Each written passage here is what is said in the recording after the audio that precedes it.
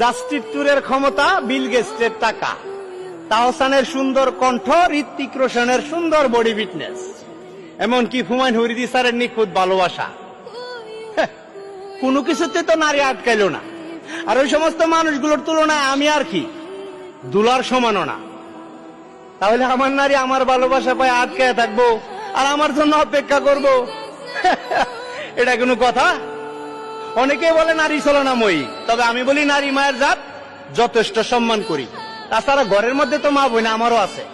তারপরও প্রশ্ন একটা থাইকেই যায়, নারী আটকায় কিসে? যদি কারো জানা থাকে, কমেন্ট বক্সটা খোলা আছে, দয়া করে সুন্দর একটা উত্তর দিয়ে যাবেন। নারী আটকায় কিসে? প্রশ্নটা শুধু একলা আমার না, সমস্ত পুরুষ জাতি। নারী আটকায় কিসে?